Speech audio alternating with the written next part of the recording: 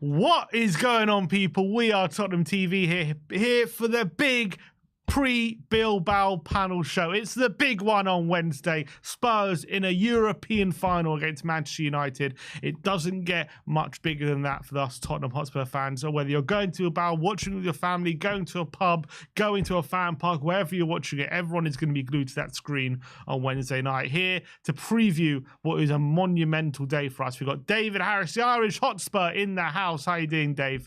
Good to see you, mate. Yeah, I'm keeping well, Sim. It's going to be an edgy week, isn't it? Edgy few days for us Tottenham fans. But I'm a firm believer. You've got to believe it to achieve it. So hopefully everyone can get behind the team, go into this final, with a bit of balls behind it. Back the boys and let's see what can happen. But I'm absolutely pumped. And we got Brains in the house as well. Was on the panel last week, returning. How are we feeling, Brains? A week later, how are the nerves holding up? As it's getting closer, I'm not going to lie, it is starting. You do kind of slowly start to feel your mental state fall apart. I can only imagine like how some of the players are feeling, but strangely, I do feel weirdly confident, and I very rarely feel that way about Spurs.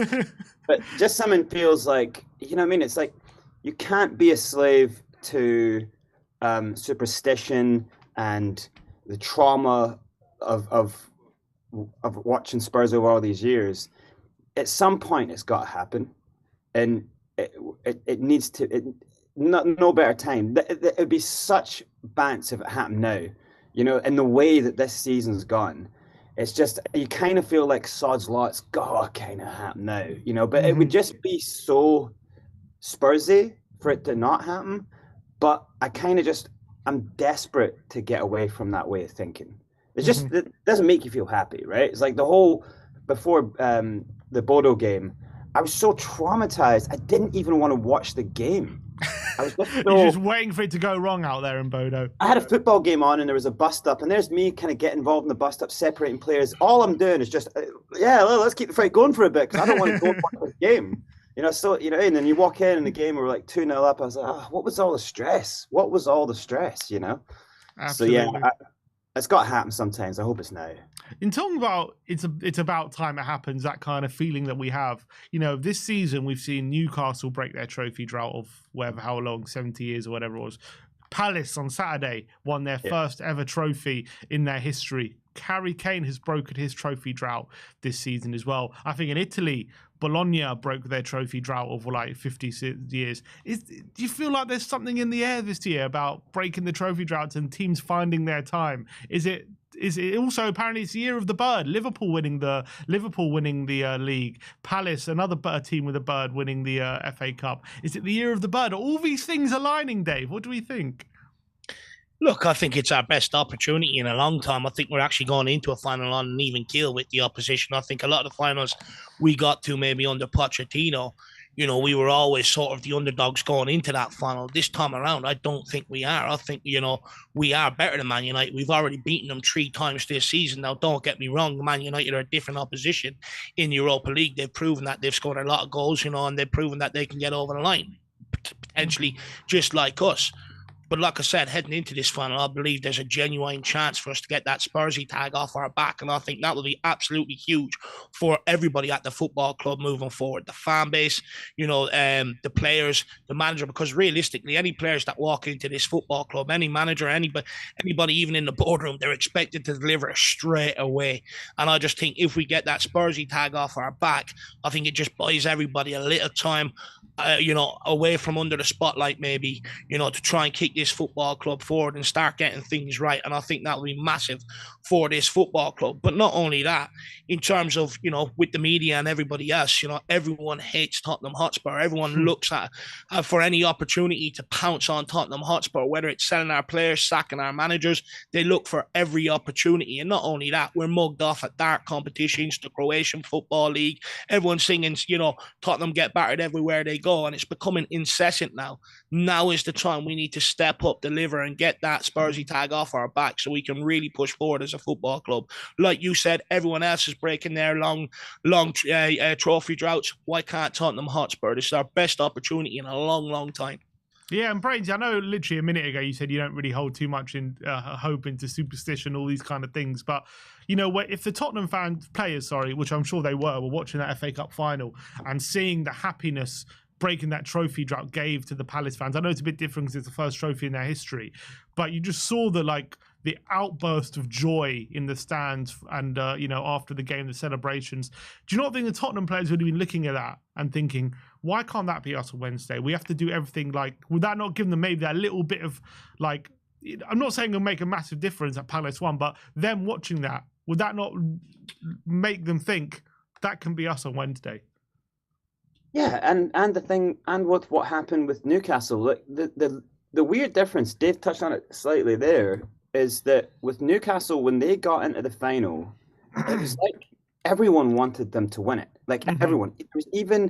There was even like pundits like Cara saying, oh, it'd be amazing if you know what I mean? Like everyone wanted them to win. And same with Palace. Like I was playing cricket on the weekend, but we were watching in the clubhouse the team we played, and everyone was wanting Palace to win.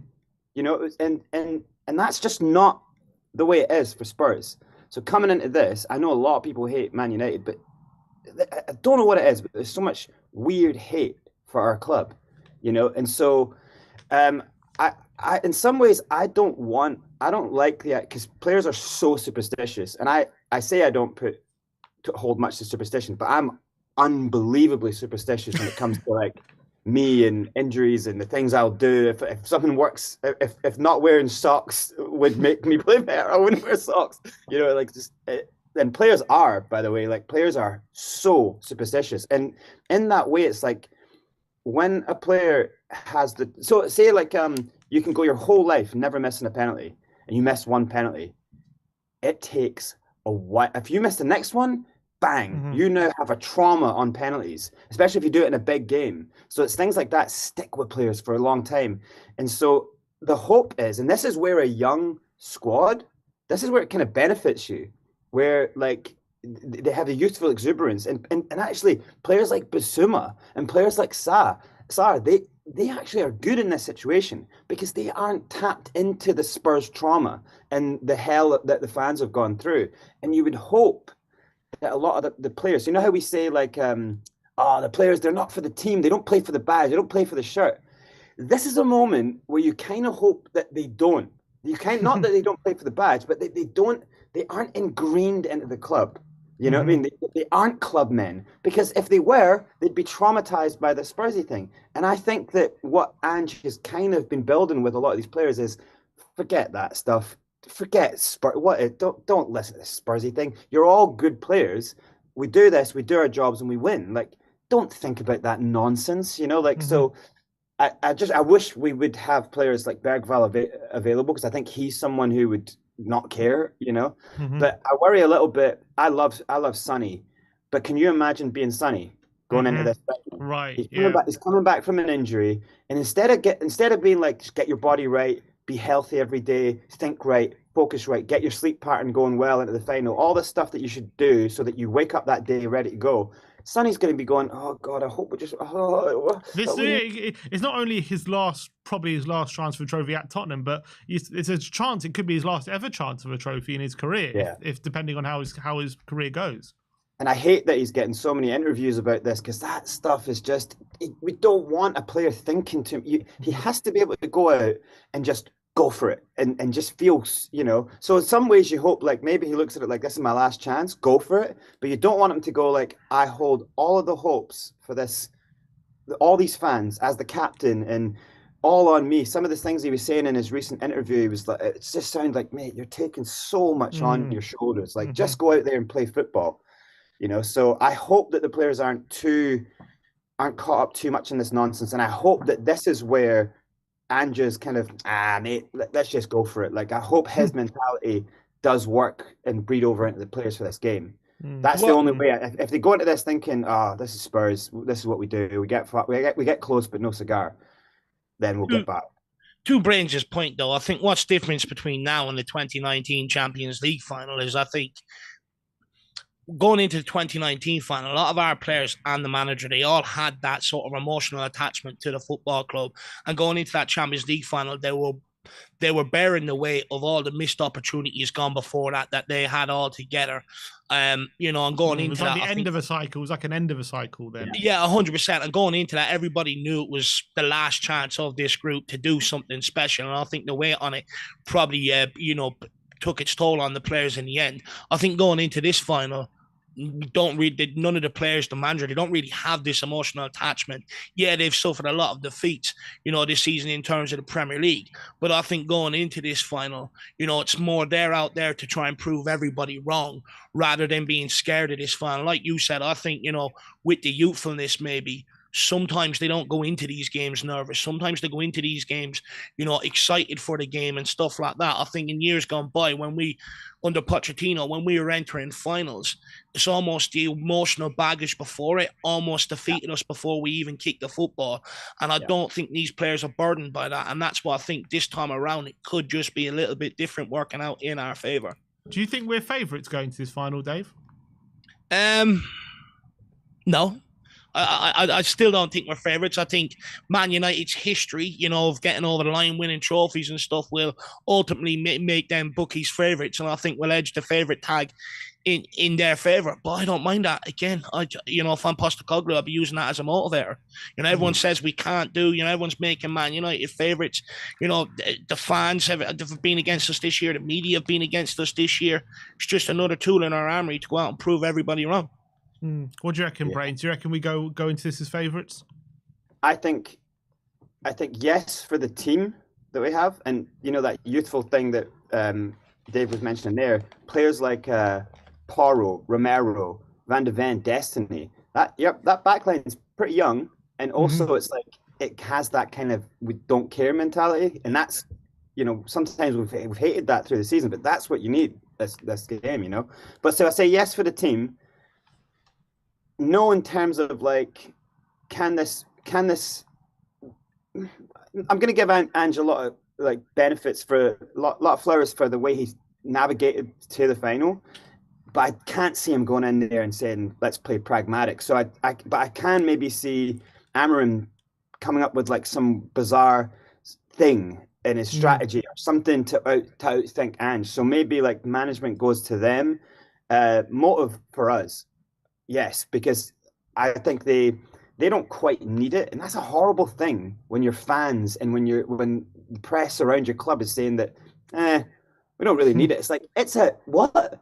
Like it's a European final, you know. So and this club needs it. Fans want it. I can feel that a lot of the negativity is starting to drip away. There's obviously a lot of people still stressing out about it, but it feels a little bit different, right? It feels like there's something behind it, you know.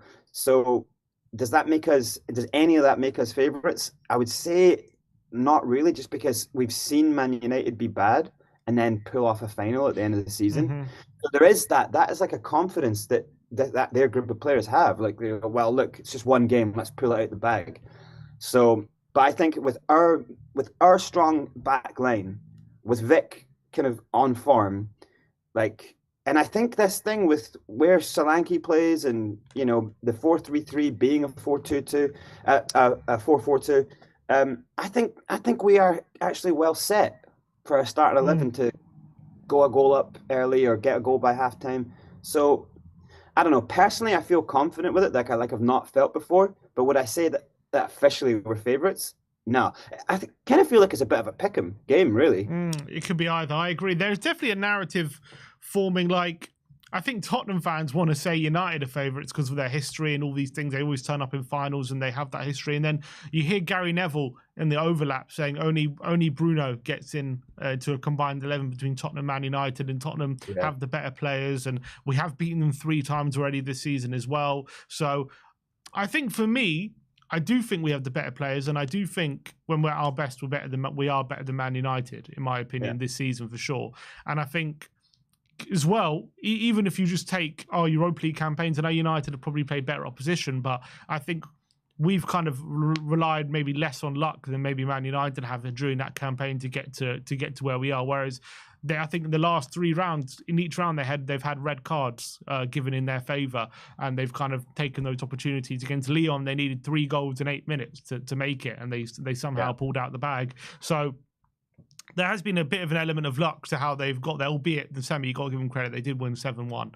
But I think against RZ, against Frankfurt, against Bodo, I think in all those ties, we were much the better team. And I think we were defensively a lot tighter than we have been in Premier League. And I think when we've had Van de Ven, and I think just statistically this season, when we've had Van de Ven and Romero together, I think we've played 15 games and conceded 15 goals. So like the defense has been a lot tighter when those guys are together. And we're going to have them fit for the final. So I do think we are probably favourites, although I don't like saying it.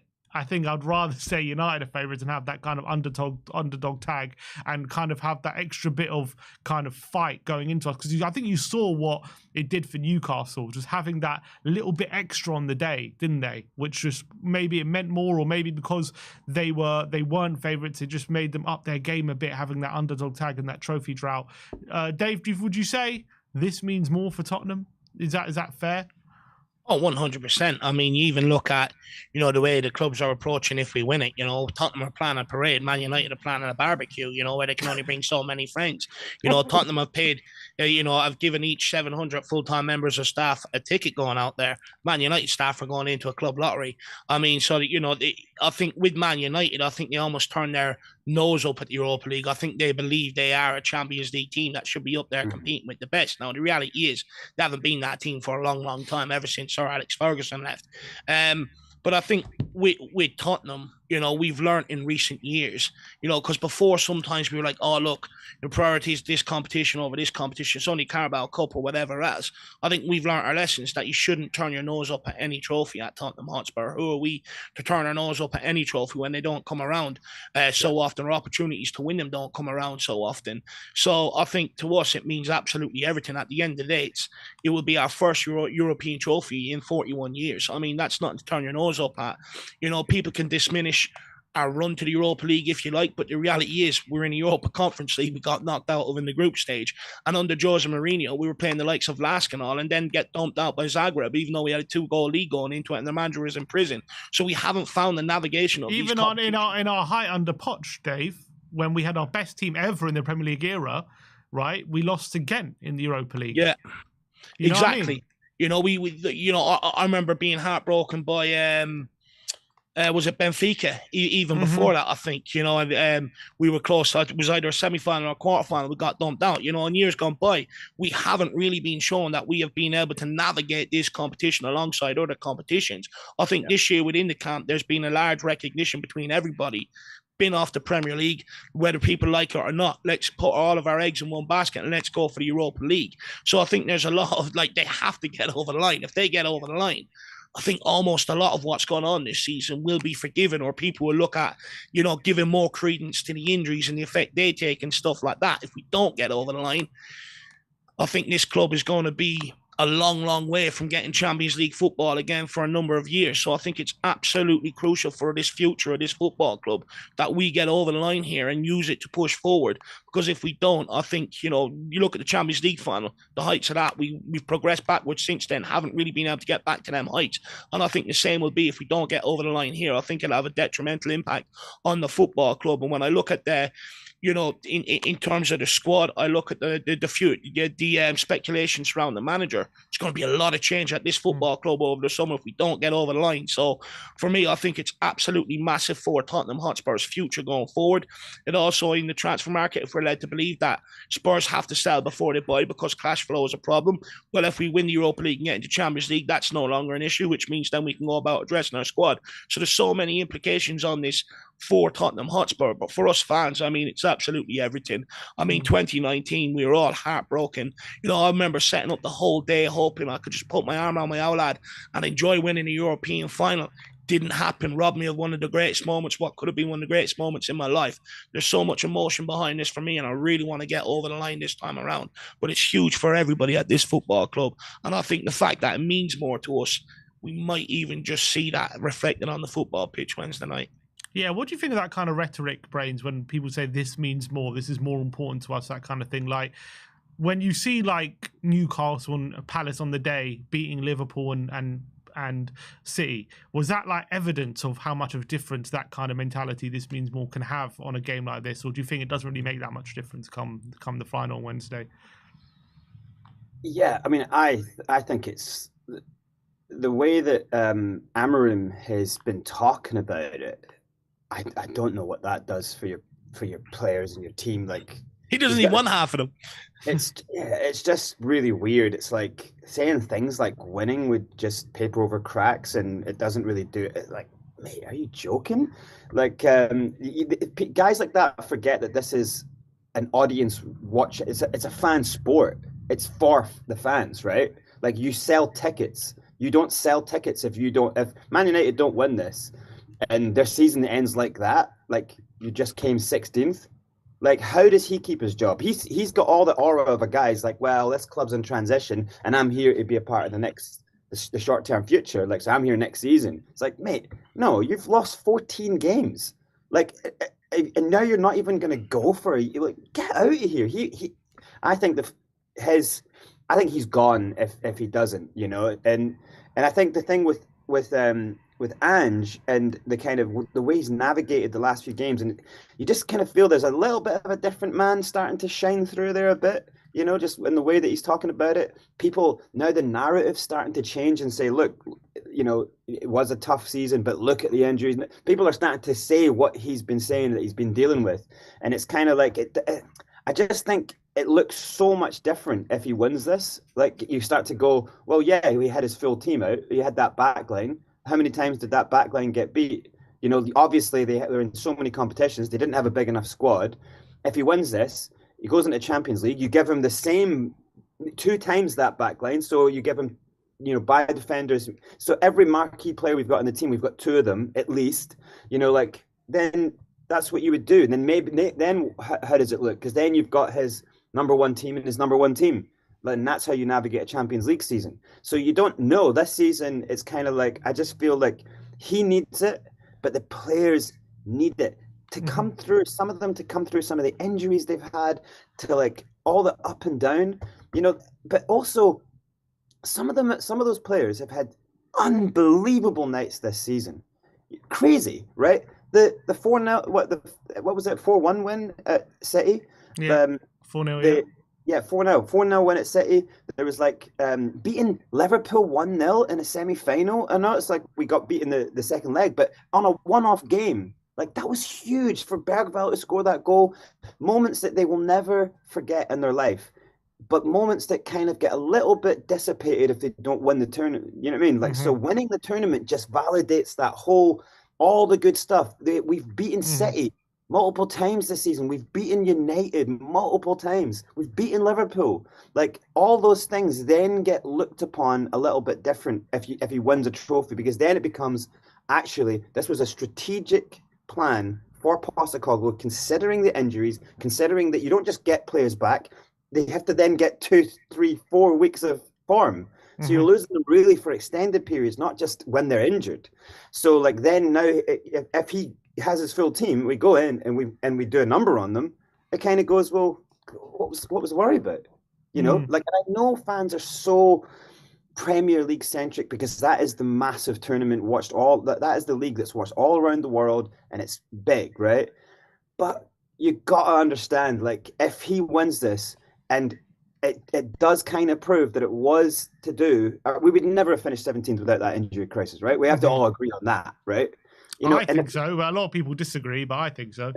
But if you're 10th, say we finished 10th, like, you still got nothing. So 10th and 17th, you know, and I think then the reframing is, look, the ball's on this guy to kind of have, like, focused everything on a Europa League win and cups rather than the Premier League. But then if he did it, then you got to be going, well, he was right. And what an incredible way to navigate a very bad problem. You know, not really having the squad for this amount of games, loads of young players, having to rely on young players pulling it out of the bag, like Bergvall becoming a worldie, like having to rely on Archie Gray getting thrown in the deep end, playing 4 different positions. Like, that's nuts for a manager to have to deal with that. And I know that I've been anti him, and I am my problem with him was strategy in game. But then when you see him navigating a very tough tournament against top opponents like Frankfurt, Bodo Glimt, who I do rate, like coming through a lot of those games, it was like, look how he's playing. When he gets the team out, look how they play. You can actually play multiple systems with that team. So I don't know. I think it is massive for Postecoglou. I think it's career defining. I think his career needs it. If he loses and it goes out like that, like he gets fired, I think he finds it hard to work again. And that is not fair, I don't think. You know, I mean, I've wanted him out for a long time, but that's because of what we're trying to see happen, you know, like where we want to go. But if he wins it and he's right, he wins in his second season, how do you not give him another season? That for me is nuts. If you fire a guy after he said at the start of the season, I always win him a second season, and he wins, you don't give him third. That's like Spurs. Get over yourself. Yeah, I think whether if he wins this trophy, whether he stays or he goes at the end of the season, I think it just adds to his story, doesn't it? Yeah. He's gone from Australia, the Brisbane Roars, all this stuff, winning trophy after trophy, going to Japan, taking a relegation-threatened team to a championship, come to Celtic, winning the treble, and all that gets, obviously, people have diminished all of that, but then he's come to Tottenham. In his first season, he's finished fifth, and then his second season, he ends their 17-year trophy drought with a major European trophy. It's unreal. First year, like, even if he leaves, that is the narrative of his career. The narrative isn't going to be, he came to Tottenham and finished 17th. The narrative would be he came and ended their 17-year trophy drought. That would be the narrative. So I think he wouldn't have a problem getting a decent job. Maybe not a top job like one of the top six, but I think teams in major leagues will definitely be looking at him and giving him another opportunity to, and maybe giving him the benefit of the doubt of how the league season's gone if he was to win this trophy, in my opinion. I think all the talk of him being out of his depth, he's not up to this level, I think he just shuts all that up by winning a major European trophy. If he wins, it like validates his entire journey, makes a great movie. And if he loses, I think people start to kind of go, oh, that was only Japan. That was only Scotland. Exactly. That was, you know what I mean? Yeah. Like, 100%. Bring any manager to Tottenham and try win. Any manager in the world. We haven't won in 17 years. Yeah. He's not only he's beat history if he wins something. He's beat all of that superstition. He's turned it all around. It's so big for us. I don't think fans, I can't understand when I hear people going, nah, he's got to go anyway. I'm like, shut up. Honestly, shut up.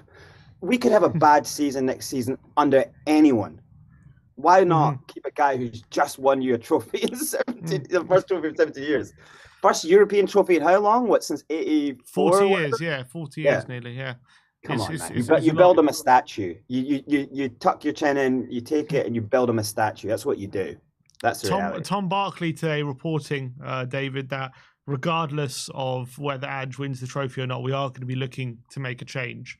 A lot of people obviously are kind of sick of this conversation. We've had it so long for so many months. But how do you feel about that decision, if that has been made by Tottenham, that regardless of what happens on Wednesday, the change is being made? Look, I can understand that. I think once you've got a very fractured relationship with the fans, I think it's always going to be a huge problem for the football club moving forward. You know, I was over there for the Palace game right after we got to a European final. The stadium was half empty. Half time, loads of people left. You know what I mean? The club's losing money over it. You know, a lot of fans aren't really having this guy to a large degree. Everyone I speak to doesn't like the guy. They want him out. You know, they don't like him when he claps back at fans, telling them that the fans are wrong. Now, look, the reality is, I think, you know, he's sort of suffering the same fate as Jose Mourinho walked out of this club with Antonio Conte. Nuno, everyone says they're not a good manager, they're not good enough for this, that, and everything else, so they're too old, methods don't work anymore. The reality is, Jose Mourinho left when he won the Europa Conference League we got knocked out of. Antonio Conte, you know, is challenging for the Serie A. Did he win it in the end? I'm not sure if he's got over line with them. He's got one more game and he's just one more game and he wins the Serie A championship with Napoli. Nuno, look what he's doing with Nottingham Forest. The reality is Tottenham Hotspur don't hire bad managers, but the practices that we employ for these managers are bad. The recruitment that we make for these managers are bad. Postecoglou finished 5th last season. What did we choose to go out and do in the market? We all knew you had some experienced players, some good competition to that, you kick on. He went out and bought a guy in from the Korean league, a guy in from the Swedish second division, a guy in from the championship. That's not that and considering Postecoglou all the season before that, by the way, was inviting this pressure of trophies and talks like that, because he was out there telling the media, don't talk to me about top four, talk to me about challenging. That's what I'm here to do. And then you have a transfer window like that in the summer transfer window, doesn't really match up what Postecoglou is saying all season long. Then you also, you sell Harry Kane. You haven't really replaced him properly. You look since he's gone, and this is one thing I tried to warn of when everybody told me, even when I was on this show, telling me I was wrong about it. You're going to miss that guy that steps up and puts points on the board consistently in tight games. We've missed that for large periods. We've given him bang average players from relegation clubs to be able to work with. We've literally picked off relegation teams and teams that have gone down and said, there you are, make it work. Then you come into this season and we wonder why we've got the problems we do. Everyone praises all the youth, but the reality is, and everyone sits here and says, we've got a good squad, but another manager will get better out of this. The reality is, this squad is being tested more than any other squad in seasons gone by. It's not good enough. When we've had to rely on the squad, we can't win games. There's a stat being banded about with the back five when they play, the massive points difference. The problem is trying to get them out consistently. But the reality is, the squad ain't good enough. It's nowhere near the level we need. Dave, I take it that point exactly. Like, if you did a combined, you were there on Palace, yeah? If you did a combined 11 with the Palace team that we played and our team that we had on that pitch, you probably have majority Palace players. Don't know about that. I definitely have a few. I'd take the likes of Gueye, Eze. Look, I'll give it. Probably Mateta probably starts. Sarr probably Glasner's starts. got him going. Yeah, that's fair. This is what I'm saying. I don't think our squad is as good as people make it out to be. The reality is, the evidence is telling us it's shit. When a lot of our first team players went injured, look at the squad players we've had to rely on, and they can't get results over the line. Now, look, granted, Postecoglou, coming out towards the end of this Europa League campaign, he's changed things a little. So it still begs the question: why didn't you do that earlier on in the season? For these squad players and stuff like that. So, he doesn't escape criticism like that either. But the reality is, everyone says, he has to navigate the injuries properly. Do we not remember when we were here underneath Antonio Conte and he had a bench full of academy kids and he was moaning about not having squad depth, and everyone says, no, it doesn't matter, you're being paid by the club. It's up to you to make it work. The reality is, sometimes your players on the periphery are that poor. You can't make it work. And I don't think we take that into account at Tottenham Hotspur. So for me, I think to a large degree, Postecoglou's been dealt a raw deal. But has he made the best of the situation? No, he hasn't. And that's the reality of it. I think it's only Tottenham Hotspur that can actually go into a Europa League final going, if our manager wins or if we get over the line, he's sacked anyway. This only happens at Tottenham Hotspur. Look, for me, I think it's hard to justify that he gets here, he goes into next season. But I also say to everybody, if we do win and you're down that Tottenham High Road Friday, the emotions will take over. You might start just thinking a little bit differently now that you've got a trophy over the line. You might start giving more credence to, the injuries and stuff like that. You might just start feeling a little bit differently. But I'd also argue, what message does that send out to any other manager that we're potentially employing? What do we want you to Tottenham to come and do? Because if it's deliver a trophy, you're going to cost me my job. And if I don't deliver top four, you're also going to cost me my job. What do you want me to do at Tottenham Hotspur? So I think it sends out bad signals as well, in terms of prospective managers coming here. So to be honest with you, look, I'll wait and see what the club do, and I'll go with it. But I think it's very hard with his relationship with the fans to justify it, because the club are losing money in terms of sales, match day revenue, etc. Yeah, and I think that's because the league form has been so bad, and we've binned off the league, and whether it's rightly or wrongly, I think that's what we've had to do. I think in the last couple months, I think. I also think the biggest question mark about Postecoglou, what people will have, even if he wins the final, is can he hasn't shown the ability to be able to navigate multiple competitions over the 2 seasons he's been here. The first season we went out of the League Cup to Fulham at the first time of asking, didn't have a great FA Cup run. We just had the league to focus on, finish 5th. This season we've binned off, to a degree, the FA Cup and the Premier League. But we've had two decent cup runs. But fans won't tolerate that next season. We are Tottenham Hotspur. We are a big club. The demands from the fans is we want you to challenge across all competitions. Mm-hmm. So that's the big question mark with Postecoglou. Postecoglou heading into next season. But- Can he do it? And so far, he hasn't demonstrated the ability to. And that's fair, and I take that point. And obviously, 17th Yeah, is Dave. unacceptable. Yeah, exactly. Obviously, 17th When, is when he's got a trophy in his back pocket, he might differ with you. like European trophy. But everyone's now pointing to the Premier League. It's like, yeah, obviously, but 17th. We know if you we want to shouldn't be replicate that next 17th. year, we're not taking 17th in the Premier League again. Do you know? But how many times have we bemoaned managers for resting players in cup competitions in the pursuit of top four? We've always been bang on about why can we prioritise the cup competitions for a time? Why can't Honestly, we play our B team in the Premier League and go full strength in the cups, which we usually do the opposite? And now you we're can doing bet your that. bottom dollar, whatever manager we have and whatever he's trying to do, Spurs fans will moan saying we want him to do something different. For instance, we had pragmatic managers. We want them to be more attacking. You bring in Postecoglou. No, that's too gung-ho. We want you to be more pragmatic. Prime example. Yeah, no, I completely agree. It's always Whatever's... going to Go on, Sorry, Brad. Sam, it's always going to come down to that idea of like, are you a match paying fan? And if you're a match paying fan, like, what do you want to watch for a whole season? Because if you get caught up in the idea of like, oh, we're Tottenham, we must win a trophy because we're getting bantered by our mates. So is everything, and well, then. Oh, you're breaking up a bit, Brains. Yeah. Going, what is going to make these fun? One sec. Sorry. Maybe try Hear me rejoining. now? I think I can hear you now. You're now frozen. I'm There you go. You're back. Yeah, you're it's back. just like you can imagine a club and just everyone at the club just not knowing what do these fans want, because it's like get a manager in and you go, look, we just need a trophy, you know, and that's what he was saying. He was going, look, does a trophy do anything? In the first season, he's like, what does a trophy do? Then you're just going to say, I should have done this. You know, he was saying that in the first. He was saying that, you know, and then in the second season, he goes, okay, well, I'll just win you a trophy then. How about this? Would you like what trophy would you like? Carabao, FA Cup? Oh, I'll have a go at them then. What European Europa League trophy? Yeah, how would you like that? Okay, I'll do everything in my power to win that trophy for you. What's that? I'm fired even if I win it. Are you mental? Can Spurs fans just all go commit themselves into mental asylums? Like, with fans, because he is.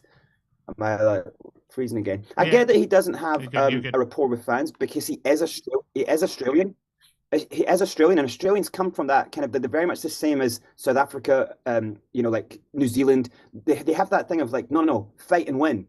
I'm here to win. I don't believe in win. That's what they're about. They and they say, they do say things like we're good, like and British football and British kind of sports.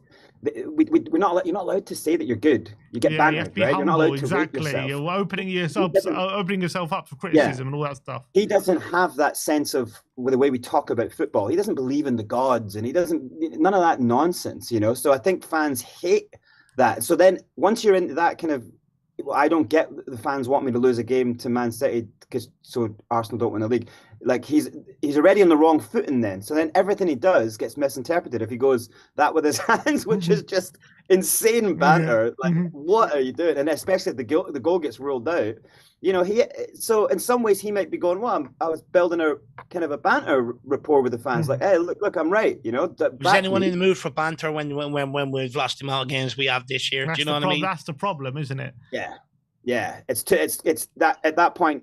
That's where it's like gone downhill, you know. Like I was calling for him to be ejected from the club when I just couldn't see strategically him changing. He was being too stubborn, right? And it was like, man, like we've got a chance to stay in the race for Europe anyway, and you know we should be navigating the Europa League quite easily anyway. So you kind of want him to just do this. Like if you can beat Man City playing counter-attack football, playing a certain team, why can you not just keep doing that, right? And then he gets his players back, and you know, and he slowly starts to go back to like how he wants to play football, right? And then till late in the season, because he knows that he doesn't have them at full strength, he still plays this kind of measured, you know, football in two really massive big games, and it gets through easily. And you're going, okay, is this just him learning, like with the squad, what he can do? Because that can take 2 seasons, you know, like he got fifth in the first year, but that's players really going for it. That's believing in the system, you know, like 2 years is that just enough time to realize, well, look, with this group of players, I can only play this way. With this group of players, I can only play that way. You don't learn that in training. It needs to be learned over a period of time. And maybe he's finally learned that. So maybe we were jumping the gun in trying to get him out early, because now he's showing that he has a defensive like structure to him. He can go quite easily between 4-3-3 and 4-2-2. Like he has kind of shown that. It's just the expectations of this club is a difficult thing to deal with. Like, you know, fans are so negative at times. Sometimes you go to the ground and it's just like, just some of the stuff you hear is just, we are a bizarre fan base. You know, like you can go into any comments at any time and just see the most bipolar, extreme opposites. You know, so and I it's think we the fans like expect to be a top club. We want to act like a top club, but we also protest against the board who have made us into a top club because we don't think they're doing a good enough job as a board in terms of what they're giving us. We don't think they're supplying us the tools to be a top club, but we still have top club expectations. So we have that on the manager, even though we're complaining about the board that we're not acting like a top club. We still expect the manager to produce top club results, and it's like we're completely bipolar. It's insane. Yeah.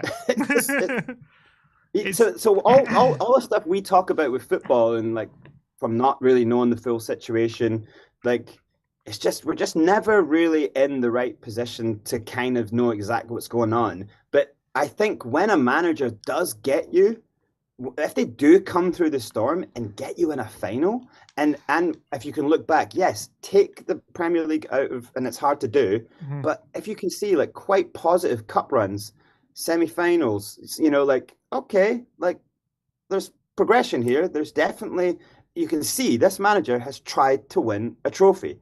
The Premier League, who wins the Premier League? Who wins the Premier League? Not many clubs.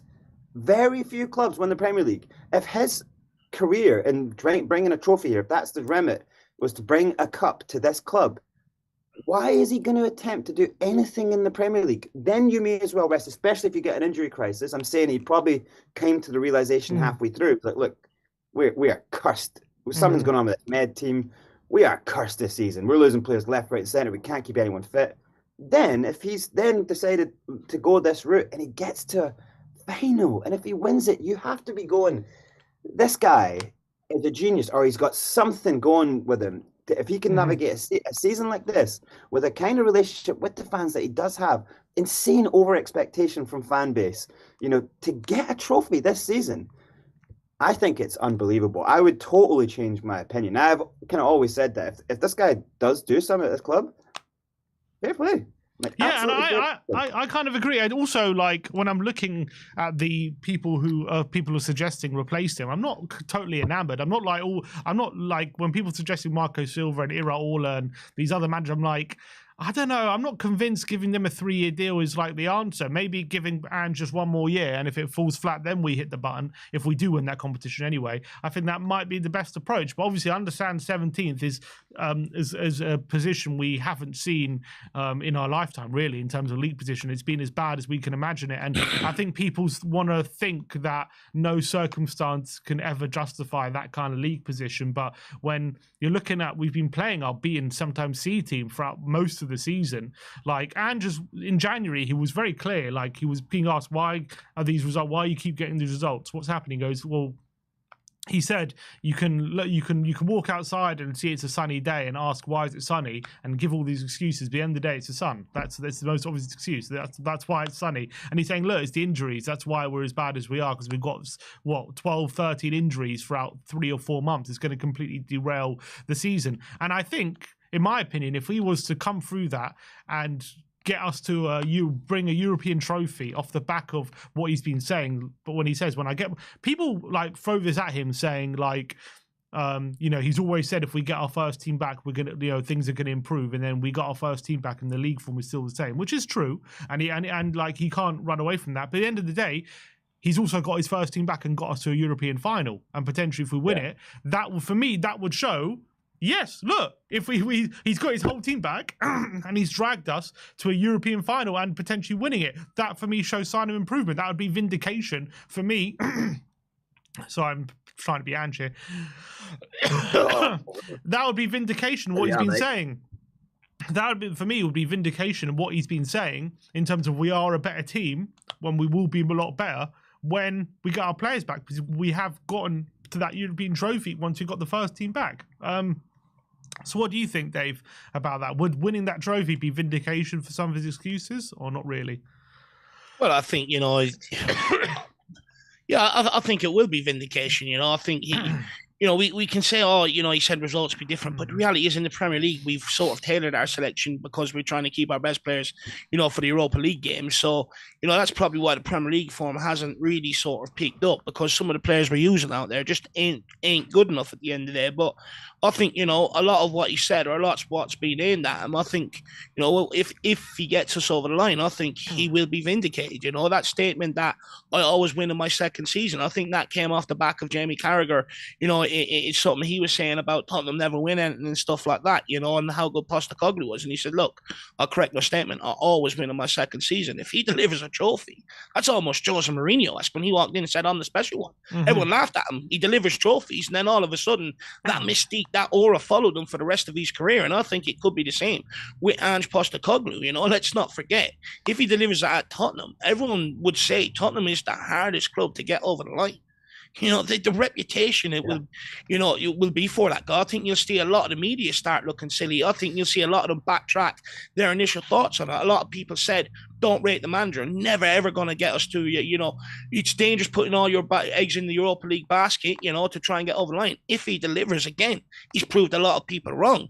No bad manager really wins a Europa League. You know what I mean? So, I think a lot of the things that people have questioned him about, I think, if he wins the Europa League, he sort of maybe proved them wrong to a large degree. And it's even more crazy saying I always win in my second season at a club like Tottenham, who haven't won in 17. Like, it would have been so much easier for him to say, look, obviously I've got a history of winning trophies, but this club, need to get that monkey off their back, and it's going to be difficult. It might not happen in the first year or two, but he was just bullish, saying I always win in my second season. He just went out and said it, and to say that at a club and then pull it off at a club who hasn't won in 17 years and a European trophy in 40, it would be madness. I just think people because of the league form, they want to diminish this kind of achievement this would be and how big it would be for us to do that, because they want to create this narrative that he's clueless, he doesn't know what he's doing, he's out of his depth and all this kind of stuff. And obviously winning a Europa League would completely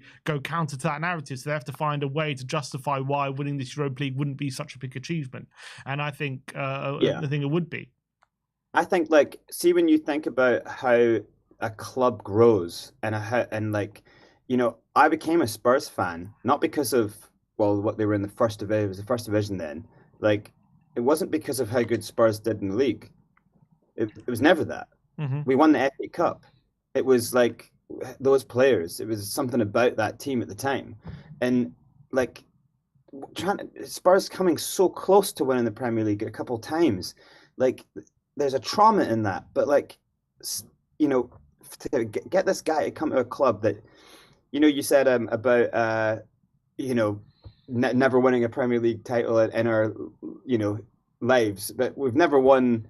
Well, for a lot of us, we've never won a European trophy in our life. Mm-hmm. I was just born when they last won. It's so that it is huge, man. It is unbelievable, and I think it's so dirty a conversation to have about does he still get fired. It's I think despite everything, if you get Spurs over the line to win, if it was a Carabao Cup, it would have been magic. If it was an FA Cup, it would have been a European Cup. That is unreal, man. It really is unreal. And then I would be really desperate to see, especially if Spurs, why we get massive injuries? because we don't have pre-seasons. Not pre-seasons like you're supposed to have, where your team recovers, the body recovers, you go through, you build up the muscles, you get, and you taper it, and you build and build and build to bang. Because when you're in a season, you don't really get that type of training, the reset of the body. You know, that you don't get that stuff because you're just go, fight or flight all season long. And then you get injuries, and then you're coming back from an injury, you're not your same again. You know, like, so to do that while he's getting to know what players are worth, like what can this guy do? Should I take him off, or sometimes I got to keep him on because maybe he goes to another level when fans get on his back. You got to learn this stuff over a period of time. But he's trying to learn this in his second season, and then he's losing 13 players, so he can't see what they're worth. So it delays what you can do. All that to actually get to a final, it's something else. I would really love to then see if he did actually genuinely get backed. Like, buy him another team. Like, get backed by, like, Celtic, what 19 signings or something in the first 2 seasons? Like, buy him 11 players. Buy him marquee top players to join the youth. So the youth team should, you know, some of those youth players should be the B team who get a game in non-important games, because fans actually want to see Mikey Moore, and we want to see Bergvall and Gray, we want to see Sarr. That should be your team who plays every game that's not a big important game, you know. And Bergvall obviously can come in because if he keeps proving the way he is. But this pressure that's been on Bergvall and Gray, you see Gray's kind of started to snap with it because he's played so many games, and it's too much for a kid to then late in the season get thrown into a rubber match with Liverpool in centre mid. I mean, what kind of pressure is that? So, but he put it on him to see if he could take it. You know, it's not to say he's a bad player, but Archie Gray will be important for us over the next few years. He should be in the B team. So should Bergvall. But now Bergvall's done really well, so yeah, keep him in the first team. But we should be looking for a world-class 10, a world-class winger, a world-class striker, 2 world-class defenders. We should be bringing all of them in. And Romero should stay, and Mickey van de Ven, and they should be going, I got to play for my place now. Look at this guy coming in. That's how you then go the next season. And then yes, I would want Ange there. Because why not? What would Ange do? Same thing as what would Conte have done? What would Mourinho have done if they got big players with big winning mindsets into the club? I think he's done this with a team of kids. That's mental. We should all be going this. It's all about cognitive reframing. We should all be coming away from this going, that Ange guy is unreal, man. This guy is. It's insane. Well, Dave, what do you think about people trying to diminish the trophy in a kind of a way of saying, trying to diminish the achievement it would be for Tottenham to win this trophy, saying the competition in this trophy is not good, it's a joke, saying that, you know, the winners of this competition don't deserve to be in Champions League because of how low this competition is. They need to change the rules because the competition has been diminished. Like, at the end of the day, you've got Frankfurt, who are 3rd in the Bundesliga, Bilbao 4th in La Liga, Lazio are currently joint 4th in Serie A, I think 5th at the moment. They just got a draw against away at Inter on the weekend. So that's teams that are going to be playing Champions League football from the major 5 leagues, essentially, in this competition. Like, do you think it's been over kind of blown how diminished the competition is, just to try and diminish the achievement it would be? Look, I'm sorry to break it to Tottenham fans, but this is our level. If we were in the Champions League this year, we would be absolutely ripped apart and murdered. You know, this is our level. This is where we're at. At the end of the day, I think, you know, in general, because of how competitive the Premier League is, the likes of the Europa Conference League and the likes of the Europa League, it is a bit of a drop-off or a step down in competition, physicality and stuff like that. But look, the reality is, like I've said, look how tough we found some of these competitions in years gone by. You know, it's nothing to be sniffed at. You can sit there and say, oh, the level of quality ain't great. The level of quality we played under Jose Mourinho wasn't great. We still got dumped out. The level of quality we played underneath Antonio Conte in the Conference League wasn't great. Still got dumped out. And at the end there, I'd say to Spurs fans, who are we to turn our nose up at a trophy? Let's not forget, okay, Pochettino, we brought in Jose Mourinho, got us to a cup final, was sacked. But the reality is we're so far off it in the league, Europe, and a lot of the other cup competitions. Underneath Antonio Conte, done all right in the league, but we were so far off it in the cup competitions. Same with Nuno, so far off it. I mean, the reality is we haven't been good since Pochettino left. We've been a squad that has suffered a lot of embarrassing cup exits, namely a lot of them away from home. You go back to the FA Cup, League Cup, you go back to Europe, the amount of embarrassing exits we've had over the last 6 years. We've been absolutely embarrassed, and Spurs fans have gone mad at managers. You should be prioritising cup competitions. It's a chance to win a trophy and stuff like that.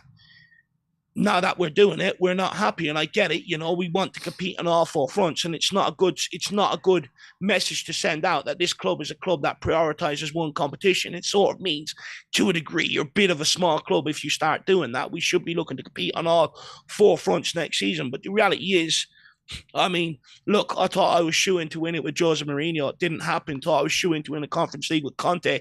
It didn't happen. We shouldn't be turning our nose up at this trophy. I think there's a bit of a snobbery towards it. But at the end of the day, this is Tottenham's level in terms of European competition. I hate to break it to people. Oh, yeah, but I'm trying to make the point, like, is it that low when you've got teams in the top four, basically, in all the major leagues competing in this competition? Like, obviously, it is a drop down from a Champions League. Obviously, we know that. I think it's more of a tactical battle. In terms of physicality and the pace of the game and stuff like that, I do think it's a bit of a drop down, but I think it's more of a tactical battle in the Europa League. I think you come up against maybe smarter tacticians and stuff like that. It's a battle in a different way, but I'm not diminishing it. I mean, whether it's called the Europa League, the UEFA Cup, I don't care. It's a European trophy. It's the first one in 41 years, that we have a chance to bring home. Who are we to turn our nose up at a European trophy? Yeah, and I think as well, like people saying we should take away the Champions League prize. That only comes in when Tottenham are in the final. If this was any other club, playing Man United, nobody would be talking about that. It's purely because Tottenham are in the final that everyone's saying, oh, you shouldn't be allowed. You should just be allowed to go back into the Europa League and etc. etc. When Arsenal and Chelsea were in the final a few years ago, no one had that opinion, especially not Arsene Wenger, because he used to manage one of the clubs. But he's only coming out with that opinion because it's Tottenham. Mm-hmm. I completely agree. I think it's ridiculous. And I think if the final was Frankfurt versus Bilbao, no one would be saying a thing. No one would be saying neither team deserve Champions League. Everyone would be saying, oh, look how good they are in the league and what a great competition this is. And the winners are well worthy of a Champions League place. But because we've been able to get through and we've done really well in this competition, all of a sudden, because we're 16th and 17th, it must mean this competition is absolute wank, basically. And it must mean that it's not worthy of a Champions League spot. I just think this whole talk is absolutely ridiculous. Everyone diminished the Europa Conference League when we were in it. West Ham went and won it. All of a sudden, prestigious competition, European trophy, great for the club, everything else. Do you know what I mean? Mm-hmm. It's only when Tottenham get there, it's diminished. Yeah, completely agree. Well, yeah, and that's what Postecoglou's been hinting at in some of his press conferences, by the way. People diminishing Tottenham's achievements all the time. Yeah, well, what do you think, Brady? Why do you think people are doing that? Just to try and diminish what we could achieve? Well, there's two things going on. Obviously, I think it is like 80% anti-Spurs propaganda. You can even just see it with some of the punters. They get so annoyed when it's Spurs have done something amazing. Mm-hmm. They just get so triggered. And it's like, wait a minute, we deserve to be in the competition. We're a team that's been quite regularly in the Champions League. Like, what? Why do we not deserve to be in the Champions League? Like, that's nuts. You obviously you can't look at our league position this season. We've been in late runs in all the cups, and we've navigated our way despite a hideous injury crisis. We've navigated our way to the final. Like, you would be devaluing, like UEFA and FIFA would be devaluing leagues and even the ranking systems and the whole way it works if you all of a sudden could win the Europa League and you didn't get into the top competition in world football in Europe. It would make no sense. I think, but then the other thing, the 20% of it, when you speak to people who don't have a a bird in the fight. They don't have a dog in the fight. I do agree with the idea of the Premier League, but then this is just all about money, right? Premier League is the most watched league. It's you can put teams who got relegated this season and put them against some top teams in Europe, not top as in top, but the lower echelon, and they would win the game because they are like a Southampton are used to being coming up against this Southampton squad are used to coming up against teams week in, week out that are so good. Teams that are in this race, the top 10 now in the Premier League, is clubs who have built their systems so good to be able to manage in this league. You can even actually get journeymen in the Premier League who are seriously good footballers who could go anywhere in the world. They might be journeymen in the UK, but they go anywhere in the world and play in top leagues. But just because they've been through one team all the way through until they've gone up the leagues, and then you go, oh, this team's got journeymen all over it. It's like, no. That's amazing that the player's done that and he stayed in his country. It's amazing. So I think there's that going on, that the league that because the league's so watched and there's so much fan bases across the world, that it makes sense that FIFA and UEFA would want more English teams in all the competitions. But it is just a bit nuts that 4 English teams go straight into the Champions League, right? So if you come 5 now, yeah.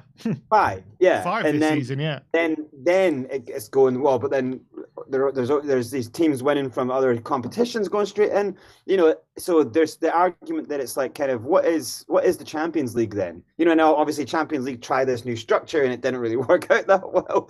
It was interesting, but it's more about everything else that's happened then. It's about like English teams need to get into these European competitions to make them watchable. I mean, who's really been watching the Conference League? You know what I mean? It's like, other than when like an English team's in it, because then obviously the Chelsea fan base worldwide watches and it's that boosts the numbers. Same with West Ham. It's like, it's not really a watchable tournament if you don't have big names. But I actually thought the Europa League this season had quite a lot of really big clubs in it. And when it came down to the final stages, other than Bodo, but Bodo had been in the Champions League. Bodo are Norway's #1 team right now, so they should be respected. Like, I thought all the big teams were kind of there, and Bodo had to be Lazio to be there. Exactly, and Lazio's a big club, man, with a huge history. So it's like, I don't see that problem. Like, I actually thought, it was quite a strong campaign. It was a strong tournament, and yeah, the Champions League had the top, the final, the semi-finalists all happened to be who's perennially there, and so that tells you the biggest teams in the world are Real Madrid, PSG, Barcelona, Borussia Dortmund, Bayern Munich. Like, they are the biggest teams in the world, and then you got Arsenal and everyone else. So I think this whole narrative would have gotten destroyed if Lazio have just beaten Bodo. And the semi-final was Lazio, Tottenham, Bilbao United. I don't think anyone talks about how weak the competition is. It's just because Bodo got there, essentially, and it's like they want to diminish Bodo as a bad team, I think. Let's talk about the game on Wednesday then, because let's talk about what kind of Tottenham we want to see on Wednesday. Obviously, we know. Well, by the way, there's just been a video released on Tottenham players getting on the plane, and Maddison's been pictured getting on the plane. I don't know if that means anything, if he's just going there with the team and supporting them. I haven't seen Bergvall there, but he's getting on the team coach to go with the team. It's gotten a lot of people talking, but I don't think that means anything. I doubt it. He's got a big knee injury, doesn't he? So I'll be utterly surprised and shocked if Maddison is going to be available, but I don't think that's what it means. There's been a lot of talk going ahead of this final about, in the Europa League, we've played this much more controlled, pragmatic kind of way. Although maybe in the Frankfurt game at home, we were probably a bit more manageable, but we didn't win. We drew, but we played very well. In the Bodo game and away and Frankfurt away, a bit more pragmatic, a lot more solid, a lot more organised defensively. But when we've beaten Man United 3 times this season, it has been a bit more kind of manageable, kind of the way we've played, a bit more attacking, and that's how we've beaten them. So Dave, what kind of Tottenham do we want to see on Wednesday? What kind of Tottenham do you think is most likely to win? Yeah, look, I think that the term being a bit more pragmatic is probably the wrong way to describe Tottenham. Look, I think, in terms of the last the quarterfinals and the semi-finals, I think the home leg we tried to play, through the midfield, and away from home we just went a bit longer in possession and tried to be, get a hold of the ball in their half. But I think what got us here is the press. That front line, away from home or at home, has gone and pressed that back line, forced the ball either back to the goalkeeper, and he's had to pump it long, which Romero and Van de Ven turn over all day long. Or, they've tried to force that ball into the midfield and suck it in there so our midfielders can try and get in and turn it over. I think that's what we should try and do against Man United to a large degree. You look at Onana, not the greatest on the ball. If Lindelof plays, not the greatest in possession. Maguire has a mistake in him. So for me, that's the way we go about it, especially the fact now that we're missing a lot of our creative players in midfield. Kulusevski, Bergvall, Maddison. You don't really have that playmaker, so we're going to have to force the issue higher up the pitch and hope for mistakes. And I think that's what served us well to get to the final. I think that's what we need to continue. It's when Tottenham don't press and we sit off, we invite the opposition on. That's where the pressure comes on, and that's where we always go and concede goals. And there's always little periods of times under Postecoglou. The last 5 minutes before half time, notoriously difficult for Tottenham. We can't keep the press on. We end up dropping back. We concede goals, straight after half time, as well as another period, where we've conceded a lot of goals this season, where we have come out after half time a bit flat, haven't really gone on the press, and we suffer because of it. So for me, it's all about us going and pressing and forcing them backwards.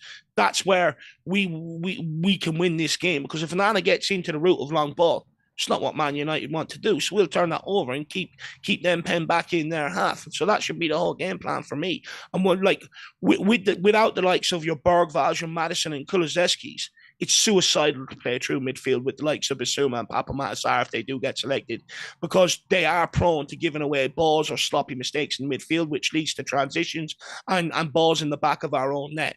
So I think, our best passers now in the team will be Christian Romero and Pedro Porro. So that's what we're going to have to look for. Get them in possession. Porro, if we can get him down the right-hand side and get crossing the box, great. But if not, he's got that wonderful ball that he can play over the top four runners. How many times have we seen Romero play a similar ball for James Maddison? If we can get whoever, whether he brings like one of the strikers back into that number 10 role and help with the press or whatever, one of them can make them runs and Porro Romero can find them. So there's way around this. But I think, pragmatic, I think, has been the wrong term. A pragmatic team doesn't go and press the opposition backline and the goalkeeper.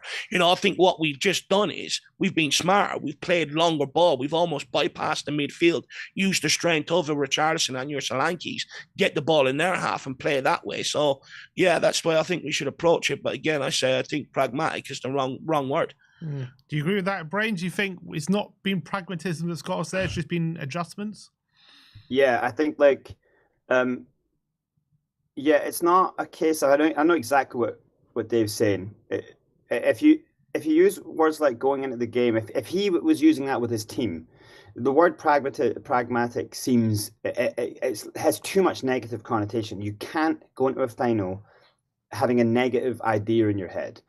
100% agree, pressing is so necessary in trigger moments. So it's not a case of you try to press every single second of the game, but when they are playing at the back, you push them into the bottom end of triangle. You push so you play and the thing is strategy of 4-2-2 and 4-3-3. They are very, very similar. And look at how Maddison is played as a 10, right? How many times have you seen him make a false 9 run into the box, ball over the top, false 9 run? Okay. So we're essentially kind of playing as a 4-2-2, but in a 4-2-2, Maddison's just a 10 behind the striker, right? But if now, say Solanke plays in the 10 behind, you just have a double pivot up top. And so if you got in the midfield, you got Bissouma and Bentancur, double pivot there. So you got 2 double pivots, but you don't even need to play with a double pivot, because I just think you have Solanke kind of coming in a little bit lower. So he's the bottom part of the press. Richarlison runs and pushes the ball into the shape, and then bang, it's where you have Solanke in there to close. And he's strong, and he will close the distance really quick. So as a press guy, it works perfectly to have him as the 10. He's just maybe not as creative as someone as Maddison and Kulusevski maybe. But remember that game against Villa where he scored the dink goal? Mm-hmm. In that game, Solanke was going into the 10 space and he was playing lovely balls through the line. So he can do it. And also he's strong. And when we're coming off a defensive situation, you want Richarlison up top and hope that he could somehow stay onside because he's so bad at staying onside, right? So you have Richarlison up there, and then you just have Dom doing what he's done a lot of the time in the season, going into the half space below the halfway line, muscling a guy off, and then setting play and setting balls through the line. Obviously, Sonny on the other side, and then you've got your right, probably BJ. So I do think it can work really well. I think there's been times. So like it's all about creating space as the 10. Madison does it with his little kind of Cruyffy look to go this way, then he goes that way. That's how he creates his space, and it's very effective. But Solanke creates space by looking at the player coming in, and he bashes him off the ball, and then he creates space. Do you know what I mean? So I think Solanke has the attributes to be a very good 10. And I think his whole time at Spurs has been an adaptation away from what he was playing like. He was doing a lot of link play and coming deeper for the ball. But I think another key success in this game is if United sit back, if they don't come and make it like a back and forth basketball game, if Amarin goes, look, no, we're not going to have Sonny in a foot race with Lindelof or Maguire. We're not doing that today, right? So they sit. Then then we start playing the kind of slowly, gradually pinning them back, and I just don't want to see that game. But if we do, then in a 4-2-2, the benefit of having Dom and Richie in the box, Porro has got to be whipping balls in the box. If they're going to sit there, that's going to be our key to defense. And Sonny, the other side, left foot, swinging the ball in. We've just got to get balls in the box because Lindelof's not great in the air. Maguire is the only one who's good in that back three if it is Maguire, Lindelof, and Shaw. There's only one player. He can't defend that area. Lindelof is bad in the air. And he gets muscled out of the way very easily. So if they're going to do that, then our strategy is 4-2-2, balls in the box, balls in the box, balls in the box. And then you think that Richie is then perfect for that, and so is Solanke. Those 2 and a 2, if that's, in corners and stuff, that is a strong way of trying to win this game. Apart from set pieces as well, United, that's also going to really benefit us defensively and offensively, having those two kind of. That's we say that. I think goal scoring wise, we're one of the best. I think defensively we're one of the worst in the Premier League, aren't we? From set pieces. I don't know. I don't know what the stats are for how much we've conceded. But if you have Solanke and Richarlison there, Porro taking those set pieces, you would think that's an advantage we could get, that extra aerial threat. I think he is going to go with Solanke and Richarlison. And I think, as you say, we actually saw it literally the last game on Friday.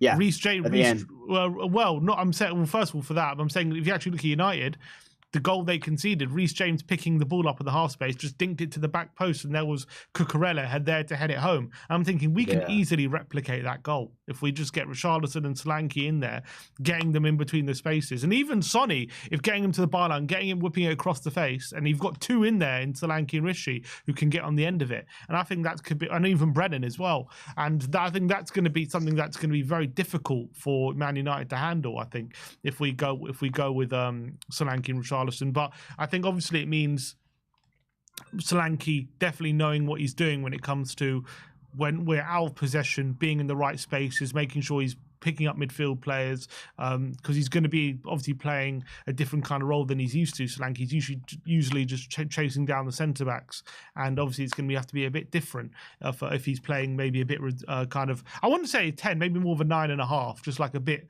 deeper, like a Harry Kane light, I would say. Not quite Kane, not quite as deep as Kane, because I don't think he has the playmaking ability of Kane, but like just picking up the ball and just basically allowing us to retain the ball higher up the pitch, shielding it, and then bringing other players into play, but a bit deeper. And obviously, you can still make those late runs in the box, and I'm sure he can still pick up those spaces and get off on the end of things. And and in terms of what Tottenham I would like to see, I mean, I think if you were analysing Man United, and you would say, what's the best way of hurting them? I think going at them and like forcing them into mistakes is probably one of the best avenues, because they just make so many mistakes at the back, don't they?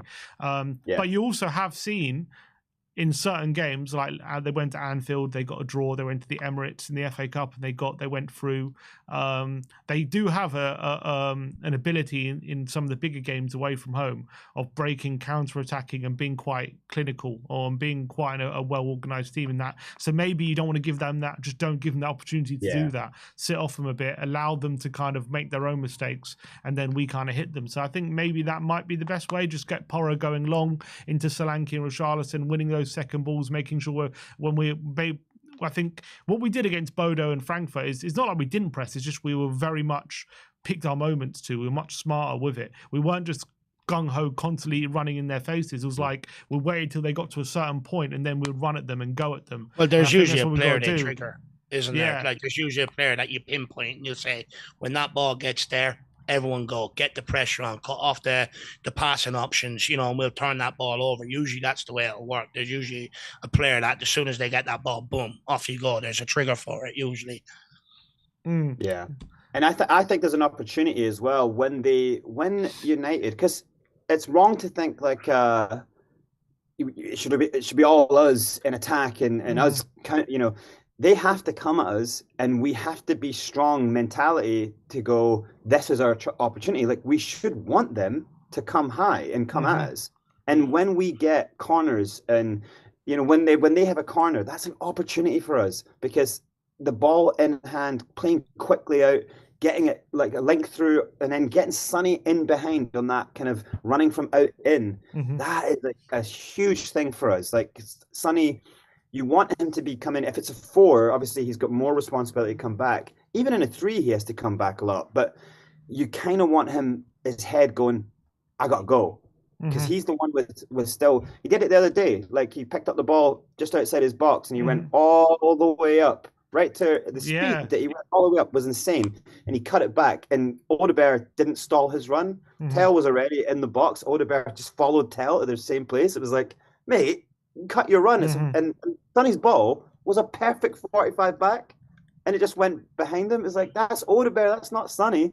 Everything Sonny did in that match was in that run was perfect, and that's what we want to see him doing, because there was something in his face when he when he gets and he just goes and he runs. He had that in his eye. He had that like, let's go, So that's, we gotta be hoping that we use Sonny like that, and that's going to be available when they have corners. If we get ball in hand or headers out, touch around the corner, bang, ball up there, Sonny in a foot race.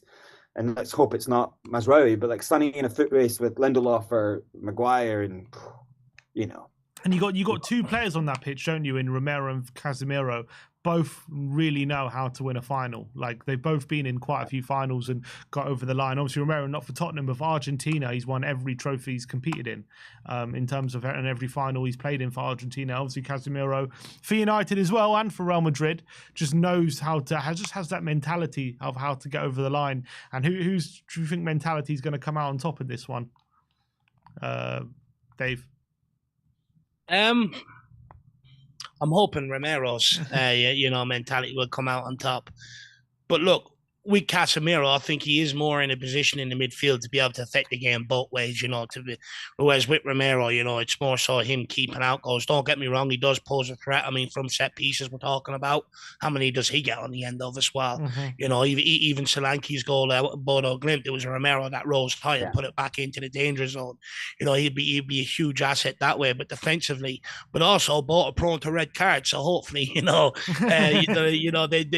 Romero can keep his cool. But look, I just think when I look at United, I think there's 3 main players I look at. I think Casemiro, look, never write him off at your peril. He's been there, he's done it. I think Bruno Fernandes is the other one. I think I've seen a crazy stat. He's been involved in like 80% of United's goals over the last few years or something. That's like ridiculous. That. Something crazy. He knows how to affect games. He's a danger with the ball at his feet in terms of shooting. He's a danger when you let him into the half spaces to cross the ball in.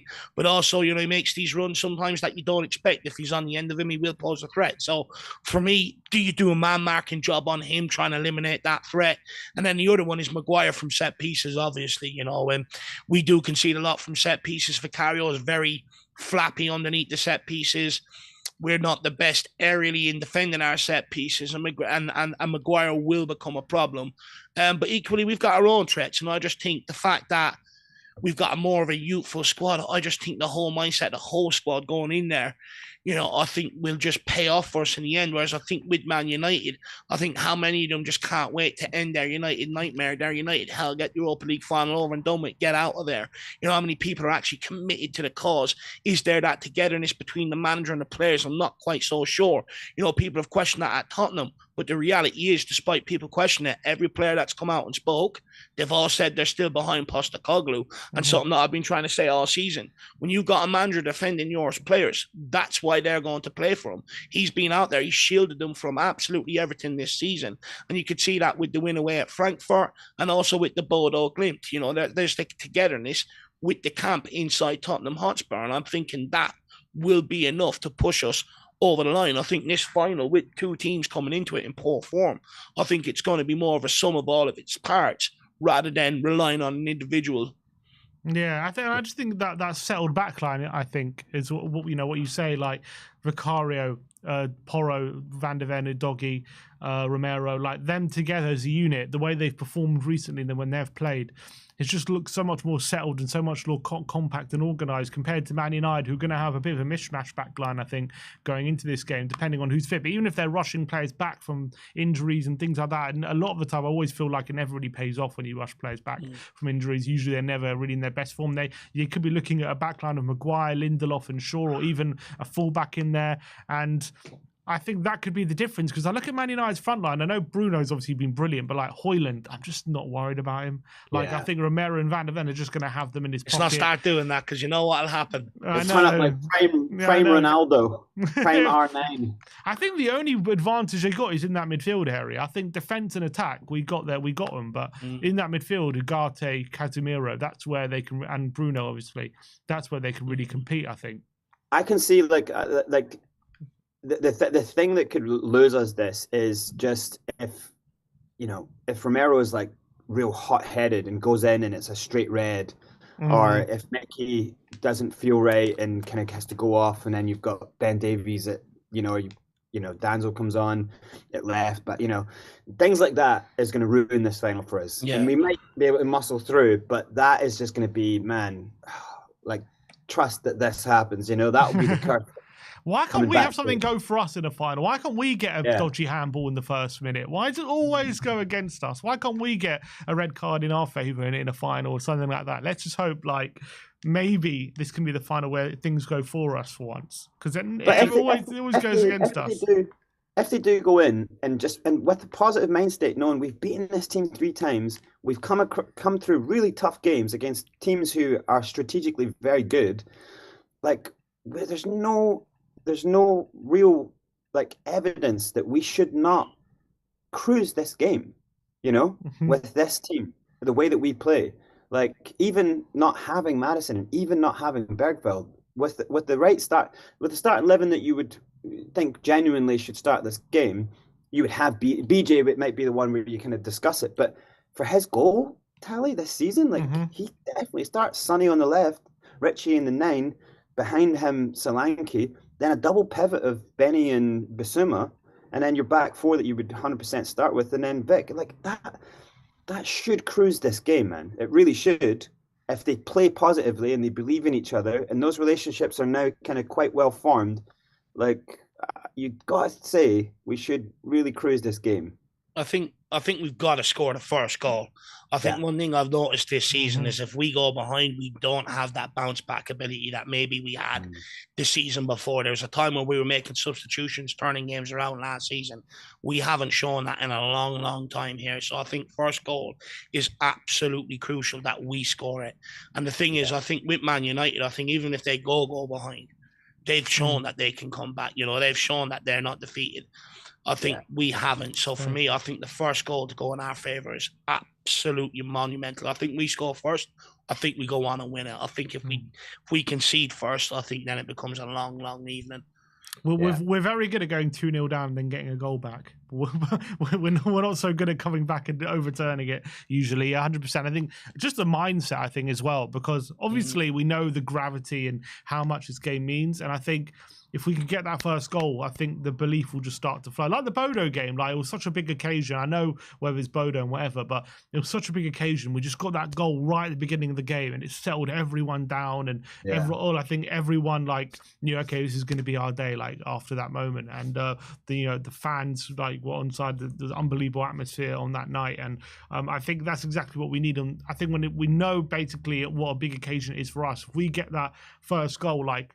And that can kind of maybe convince everyone, maybe it's going to be all right. Maybe this is going to be our day. Yeah. Belief, not just the fans and the team as well, that actually start to believe this actually is going to happen for us today if we get the opening goal, I think. Because the problem is, if we go a goal down and you get into the second half and we haven't got that goal back and we are chasing the panic game. Stations, yeah. What do we have off the bench to kind of turn the game around? Do you know what I mean? Then you don't have much. Like, is Tell going to turn the game on its head? Is Odegaard going to come in and have a worldie? You don't know. Like, it doesn't. There's no real evidence for that. It's not like you got Madison and come on, and Madison's great in the last 10 minutes of games. You know, like you don't have a Bergvall come on and just take the game by the scruff of the neck.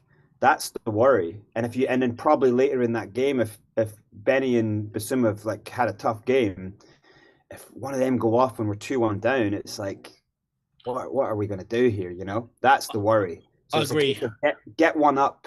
Try get one up early. Maybe try get one early in the second half, and then it's not to say fall back and defend for your lives, but then you can do things where you can bring a Danzo on, move to the three, but kind of just be a 5-4-1, and then still counterattack. But.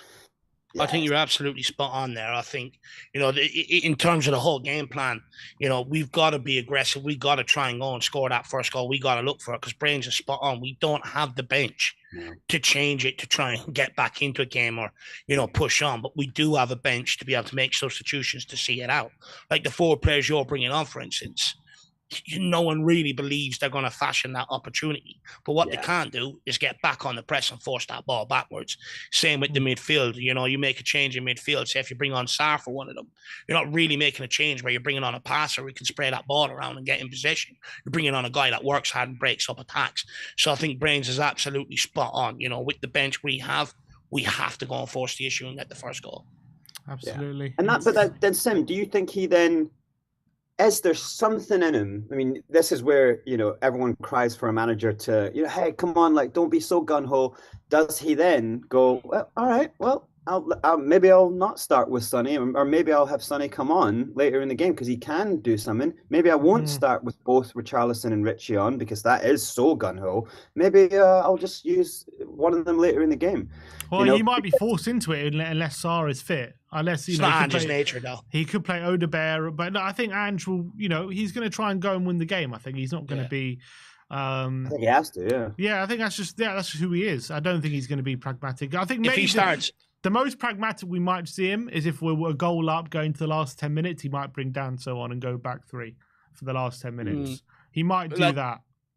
If he starts going into the realms of I'll hold this player back and look to be in the game and then bring him on and go and win it, that's not Ange's game. It's not what he's known for. And I think then he overcomplicates the final, convolutes. It's something that people are aimed at Guardiola for a lot. When he gets to these big games, he sort of overdoes it a little bit, trying to pull off these genius sort of tactics and stuff like that. I think Postecoglou has to stick to what he knows. It's what got him here.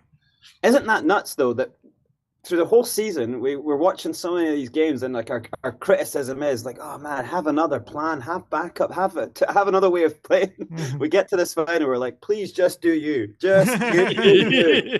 Go for it, just no, throw it all to the wind. It's now or never. Like, and I'd rather, if we did go out, this is the one time where it's like, if they did just get a lucky goal early and or it's a basketball game and they win 4-3 or whatever, I'd much prefer that than going in with a pragmatic approach and they get a goal from a corner anyway. It's like, no, this is your big game. This is the game. Go be strong, be positive, play for each other, and get that goal early, and then get the ones first straight after the half. Get the goal. They're going to throw everything at it before half time. Do not lose. Don't go in 1-1 at half time. You must go in 1-up. That mentality of going up with a lead into the final 45 minutes. Don't go in 1-1. Get the lead, get the goal. Just 5 minutes before, secure, then go again, and just get the goal in the second half. And that's how you've got to win that game. And also, if there's one guy I kind of back to kind of find the right words to say before a big final, in terms of getting the team up for it and getting them, making sure that, you know, they come out firing, it probably is Ange. With some, you know, you see the speeches he says and all the in the dressing room, all that kind of stuff, and how good he is at talking, and what a great record he does have in finals. By the way, I think apparently he's won 90% of his finals or something like that in his career. Who was it that said recently that he does one almost every day? Like since they were in the, he's doing it all. That he does these speeches all the time. Like that must be after a while. That must be quite a thing to build a team up to start to believe. If they're hearing that kind of positive, you can be the one, you can be the one. I'd much rather that phrase being visually presented to them than the dare is to do any of that nonsense. Like, you can be the one. It's such a powerful fucking And he said, look at those pictures on the wall. That could be your picture next. You're going to be on that wall. If you go back and listen to the speech he gave to the Australia team, you know, heading into a World Cup, if you go back and listen to, you know, what he done with Celtic, and I think it's similar with Tottenham Hotspur, his way of motivating is he uses all the outside noise, everyone that says you can't, as motivation. And basically with inside, he's like, it doesn't matter what people say outside. With inside, we're one big family. He then, you know, encourages them to bring their wife and get involved, their kids and stuff like that with the club and stuff. And then what he actually does is, when it comes to delivering in these finals, he then starts talking about legacy. You know, the legacy of your last name, your family name, stuff like that. That's the way he usually motivates these players heading into these games. So in their brain, they're going out there and going, okay, it's all about legacy, my last name. So when it comes to maybe moments where they're switching off, all of a sudden it's a reminder. That's the way he usually, when I've looked at his career, that's what he uses to motivate these players going in there. Now, whether how much these Tottenham players play off that, I'm not quite so sure, but I would expect that would be the way he's going to motivate this team heading into the final, just based on the way he's done it at previous clubs. I think that's the way he motivates himself. He was asked recently about, he's like, you know, I think the guy said something, it wasn't the exact words, but he said something to the phrase of, can you imagine if your dad could see you now or something? And he, in his answer, just before he answered it, he took like a, you know, kind of he lost his kind of breath for a sec. And I've seen him do that, like the one in that Australian one where he's saying, but think about your families watching you. Think about, you know, and your grandparents and all their lives, everything that they've gone through to get you here now. All the you know, kind of struggle and sacrifice to get you here now. Like that's, you know, so I think that's how he's motivated. I think that's how he looks at football. Do you know what I mean? I think that's how he looks at his career. You know, and in answering that question, he kind of deviated away because I felt like he was going to cry if he did. And when he did that speech just recently before the Bodo game, you could see he was like really, like his voice got shaky at parts. But that's huge though, because players really take to that. They really do. They're like, you know, because once you get a bit of that, oh man, I want to give this guy a hug, you know, like then you're going to go and jump in front of a train for him. You know what I mean? Like, so man, I'd love to have a fly on the wall little, you know, I'd love to see footage of this speech. I'm sure maybe we will, you know. If we win, we will. Yeah, for sure. I think we're all looking forward to one. What's called if they can show release footage inside the dressing room with one of his speeches after lifting a trophy. I think it'll be absolutely fantastic. And we all know, you know, he's probably going to bring up, I've always been trophy to my second season in one of his interviews and stuff like that. He's going to drop the mic. It's going to be something, a little bit special, but we have to win it. We have to win that game on Wednesday. That's what it's all about. What did Mourinho used to say? He said finals aren't for playing, they're for winning. That's what he used to say, Mourinho. And he was obviously very, very good in finals, and that's what we got to do. But look, just talk about quickly, Wednesday, where are you guys? Brains, you're going to be in the studio, hopefully, with Ash and Marlon and Josh King. Yeah, that's going to be bad. So I'm really looking forward to Josh because I love Josh, but like obviously we're like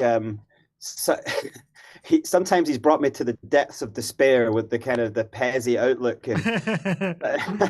and I just really want to be positive about like the team I support. I want to go into every game like feeling good, and I've tried in the last few days to really stay away from any negative conversations about Spurs or, oh my God, what if this, I don't want to think like that. I just want to enjoy the day. I'm going to be at work and then I'm going to head straight to the studio. And then I'm so looking forward to seeing Ash and Marley and then Josh. And I just want to see Josh's face if we win the game. I just want to see it. I just want to see him have nothing to moan about. Like, you know what I mean? Like you've always got that friend who's like a Spurs fan and you're like, oh, you're sitting with Arsenal fans and you're like, nah, you're bantering with him. And then you turn to your Spurs friend and he's like, nah, because they've got a point. And you're like, shut up. Like, yeah. So I want to have, I'd even love to see like Alex's face, like people who are like, you love them, but they just don't seem to have the ability to be happy, and from years of this trauma of supporting Spurs, you understand it, but we're in the final, we got to be happy, we got to like have a joyous, time and enjoy this moment in our lives, because if this happens and we do win it, it will be so huge for us all, because it will be the first time that we've seen this, so we got to savor those moments wherever you are. Like I know you're going there, Sim, and I know you bought your you bought your hotel. I bought my hotel a year ago, yeah. But it turned out that it worked, and so I just hope that we all take that moment if we do win it, and if we go up and just enjoy celebrating being Spurs fans, and then if we win, just like hug each other and be happy, man, and don't even think about anything else for a while, just enjoy it, man. We've got to enjoy this together. And I find it funny when people say like winning the trophy for Tottenham is just papering over the cracks. It's like, do you know who you support? It's like, are you aware that we're Tottenham fans? Like, this is it for us. Like, it's not about papering over the crack. Like, the trophy is what we want. It's not about anything else. Like, we are desperate and thirsty for a trophy in this football club. We haven't seen a European trophy for 40 years. Like, it's like, this is what we are aiming for. This is like the goal, is to win the trophy, not papering over the cracks about the problems. This is what we want, is this trophy. Like, if everyone, at the beginning of the season, if you asked everyone before the season, what would you want out of the season? What's your number one priority? I think everyone would have said Europa League. Sam, did I not say I would take a trophy and relegation? You did, yeah. that's how, I mean, obviously I was bantering, I was joking a bit, but like, that's how much, for me, this is like 30 something years, I can't count, like, so 90. So yeah, 36, 30, how many years? 36 years, 35 years. A Spurs fan, this is a 35-year journey to see us win this. Like, it makes it all worthwhile. It makes 35 years mean something. Like, people still talk about that 84 team. Graham Roberts, Tony Parks. They talk about his penalty saves. Like, that's 40 years ago. Because we won a European trophy, people still talk about that team. Like, that's how big it is for us. That's how huge it is. And I think Cantab's absolutely right. He says the lack of trophies is the crack. Like, that's what's been cracking this football. That's a very good crack to paper over. Exactly. And the thing is, like, it's just shifting the goalpost, though, isn't it? Really, oh, we want to win a trophy. As soon as it looks like it might happen, oh, but that's only papering over the cracks. It's like you're just moving the goalpost. Look, at the end of the day, a trophy's a trophy. It's what you're in football for. It's why, I argue, you support teams. It's why players play the game. Is hopefully their main aim and their main ambition is to win silverware. And to be honest with you, doesn't matter what type of silverware it is, just be able to win silverware, be arrogant and be petty. Not only that, if we deliver another European trophy, that's another one where Arsenal just cannot speak to us, regardless of what's going on under Mr. Lightbulb over there. The reality is they have no European trophies to the name, and we stick another one to them. It just meant that we are the better team in North London. So, look, it's a final. Got to win it. Got to get over the line. Like Brain says, however long you've been supporting this club, it makes that whole journey sort of worth it. And I think, look, it's been a strange one, right? In years gone by, you would argue you've been able to enjoy the cup runs under Pochettino and that, but ultimately we've led to heartbreak. We haven't really been able to enjoy this one. Even now, heading into a final, it seems like still a lot of people out there that can't really sort of turn themselves to enjoying it. So I can understand that maybe some of the frustrations heading into it or whatever. But if we get over the line, I mean, it's going to be the greatest day of my fucking lifetime. And it's and for me, it's probably the third biggest trophy you can possibly win after Champions League and Premier League.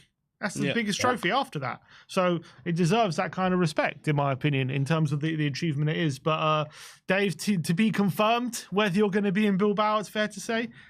Yeah, to be confirmed. I got a text earlier on today that threw a bit of a spanner in the works for me. It gives me a bit more hunger and desire to get out there. Because initially I was thinking about going out there without a ticket, and then it's sort of like, yeah, but if we lose, it's a lot of money down the drain and stuff like that. But, I got a text earlier on that's changed all that a little bit for me. So if I can make it work, I might just see you out there, Sim.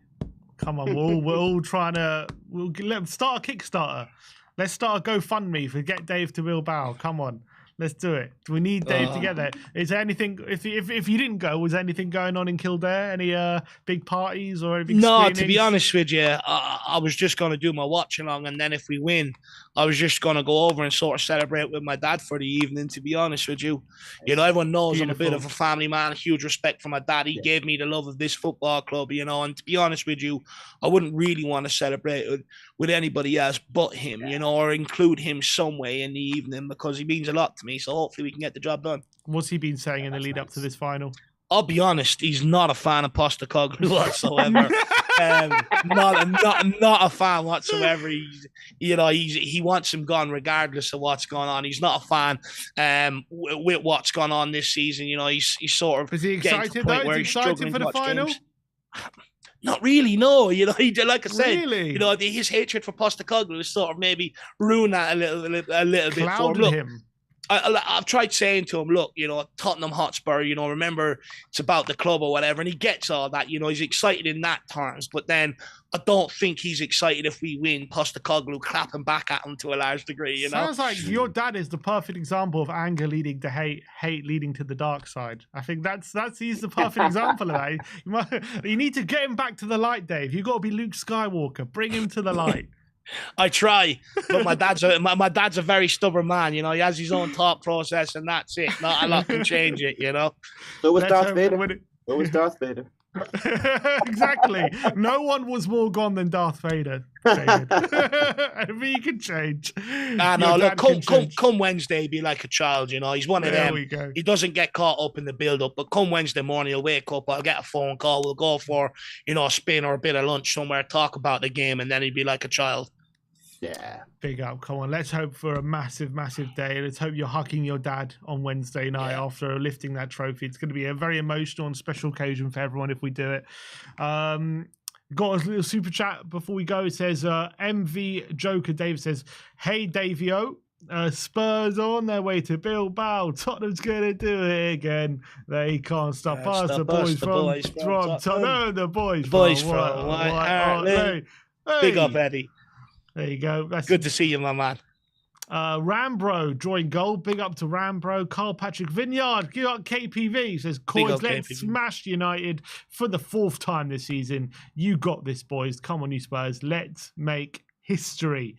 Big up to KPV. I am going to be going to Bilbao tomorrow morning. Lee setting off Luton at 8:45 is my flight. 2-hour stopover in Malaga in Costa del Sol.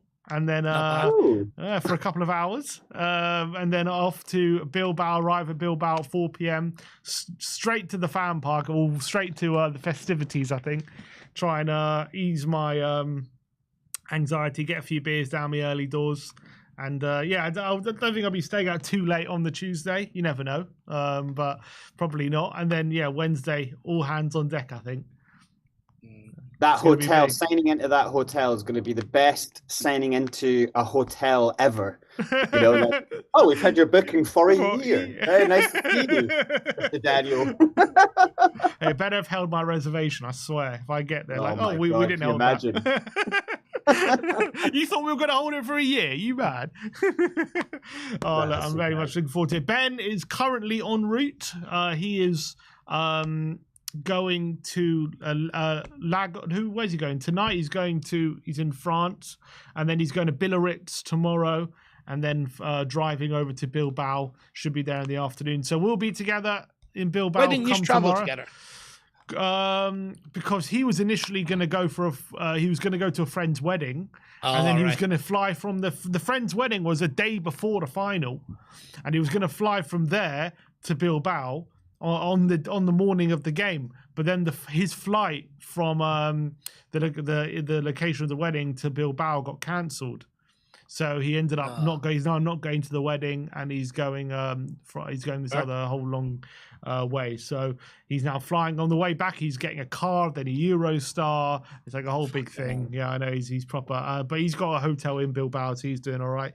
But look, big up to everyone in the chat. Big up to David and Brains for joining me on today's panel show. Fantastic show pre-Bilbao. I hope everyone is getting excited. This means everything. This is a massive, massive occasion.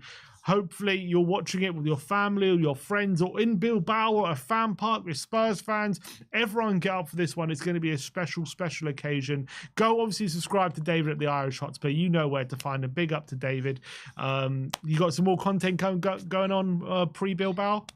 Yeah, I'll just do a fan show this evening, sit there for 2 hours, people come on, have a chat, get out the nerves or your feelings ahead of the final, and then just the usual stuff on the build-up, all the usual game day stuff and all that sort of good jazz, predicted lineups, all that crap. So, it's all to come. At the end of the day, I just want to sit there, 8 o'clock Wednesday evening, and let's get on with it, Sim.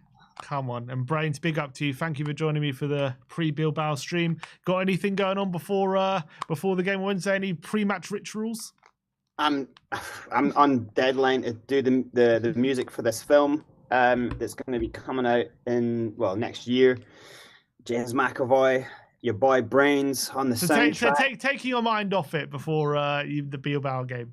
I mean, I'm on deadline, and my next week's deadline is Friday, but it's just that day. I just don't think I'm going to be doing like something admin or mixing that day rather than actual music creation because I won't be able to think about what I'm doing that day. I'll just be so excited. But James McAvoy is also a Spurs fan, so everyone on the film, there's a lot of Spurs fans, all on the film.